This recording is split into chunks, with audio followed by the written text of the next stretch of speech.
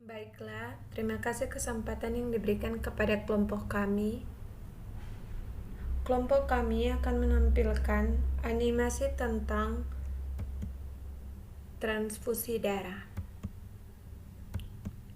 Kelompok kami kelompok 11 yang terdiri dari Jean Deborah Kumayas dan Jeran Virgilio Palit. Pengertian untuk transfusi darah: memberikan transfusi darah sesuai instruksi atau program dengan tujuan untuk memenuhi kebutuhan dasar dan mencegah terjadinya anemia. Kita sediakan peralatan. Yang pertama, standar infus, set transfusi, produk darah, botol NaCl 0,9%, pengalas, tourniquet, kapas alkohol, plester, gunting, kasar steril, betadin, sarung tangan. Berikut prosedurnya.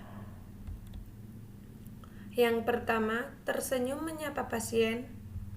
Kedua, memperkenalkan diri. Ketiga, mencuci tangan. Keempat, menjelaskan prosedur. Kelima, gantung larutan NaCl 0,9% dalam botol untuk digunakan setelah transfusi darah.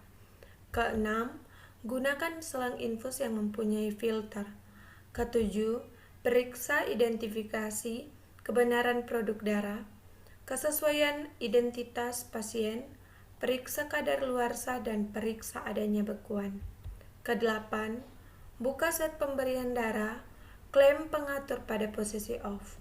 Kesembilan, lakukan transfusi darah.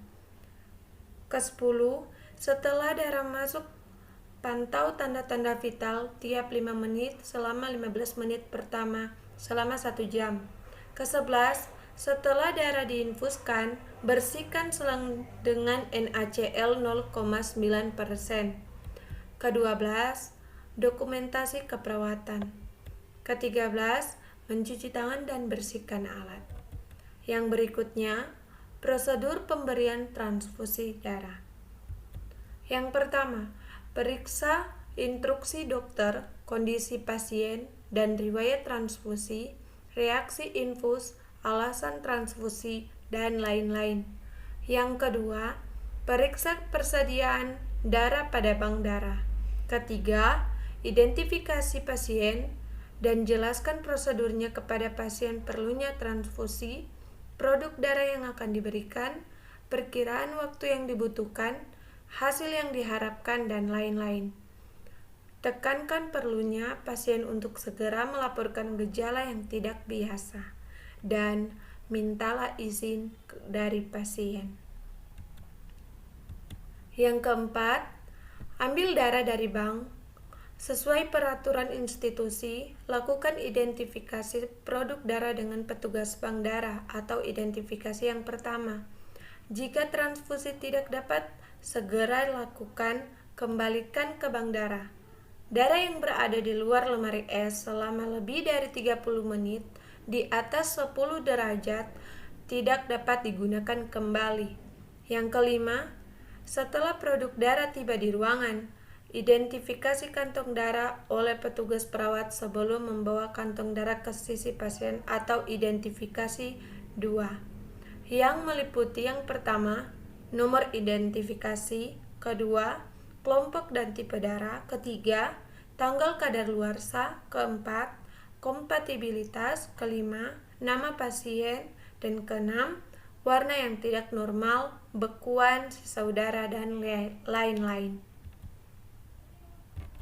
Yang keenam, anjurkan pasien untuk buang air serta bantu kembali ke posisi nyaman. Tampung bahan urin atau dapat digunakan sebagai data dasar untuk mengidentifikasi bila terjadi reaksi transfusi. Ketujuh, berikan privasi. Kedelapan, cuci dan keringkan tangan. Kesembilan, periksa tanda-tanda vital dan catat. Kesepuluh, pakai sapu tangan sekali pakai. Ke-11, pastikan kanul IV dalam keadaan baik jika belum terpasang sebelumnya. Masukkan kanul IV ke dalam vena perifer yang besar dan mulai infus cairan NaCl 0,9% dengan menggunakan set transfusi darah. Yang ke-12, pasang blood warmer jika ada. Jika tidak ada, pastikan suhu produk darah sudah sama dengan suhu ruangan. Yang ke-13, cocokkan kembali kantong darah dengan identitas pasien dengan menanyakan nama pasien dan mengecek gelang identitas. Ke-14, jika produk darah sudah benar, hentikan aliran NaCl dengan menutup klem 0. Pindahkan taji penusuk dari wadah NaCl dan tusukkan taji ke kantong darah. Ke-15, mulai infus produk darah secara perlahan dengan kecepatan 20-25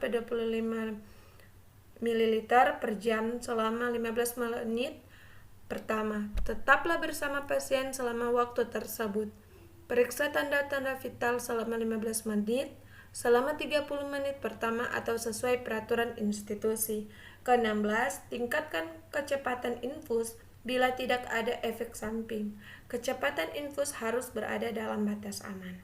Ke-17, bila timbul efek samping, hentikan transfusi dan mulai alirkan kembali NaCl. Kirimkan bahan urin, bahan darah, dan sisa produk darah dalam kantong darah dengan set transfusi kembali ke bank darah. Ke-18, jika tidak ada efek samping, selesaikan transfusi. Ganti set infus dan berikan NaCl atau sesuai instruksi dokter. Ke-19, buang kantong dengan set produk darah pada tempat yang seharusnya. Ke-20, cuci tangan. Dan yang terakhir, dokumentasikan tindakan yang telah dilakukan, produk dan volume yang ditransfusi, nomor, identifikasi, dan kelompok darah, waktu pemberian atau waktu mulai dan selesai, nama dan tanda tangan staf perawat yang melakukan prosedur, dan kondisi pasien. Itulah prosedurnya dan terima kasih.